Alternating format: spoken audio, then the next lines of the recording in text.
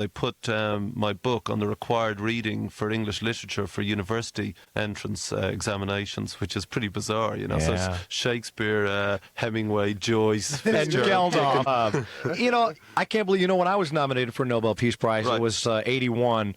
It wasn't as exciting for me, but for you, it must have been great. That was the Nobel Dick Prize. Yes, there we go. There we go. He's going to see. This is the stuff that's been happening off the air, folks. Now you're going to start to hear it on. Bob Geldof is with us. You go into England and you say you get an idea for Band-Aid Africa watching the famine news clip on television in England, and it got to you, and you started calling up people that you knew, Sting and Bono, all the friends that you knew in England. But the difference when you tried to get help, not only for Band-Aid but Live Aid in America, was amazing. The amazing thing was in appearance only, honestly. I mean, the main difference was that it was very Hollywood.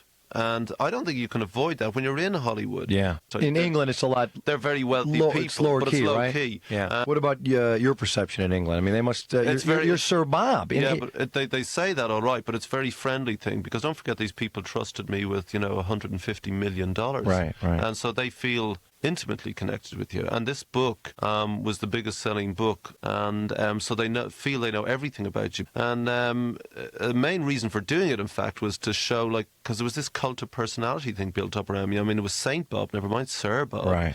And I didn't want the press over there, which is probably legendary, has been the worst in the world.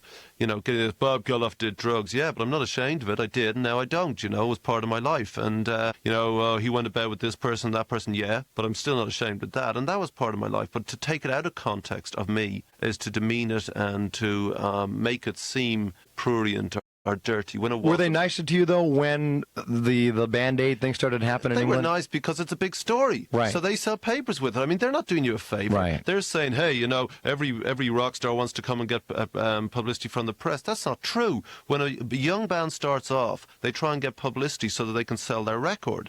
They don't want to. They're trying to sell their record. But didn't they think and you never get publicity when you're starting off. When you get big, right, then you get the publicity so they can sell their papers. So it's you scratch my back and I'll claw yours.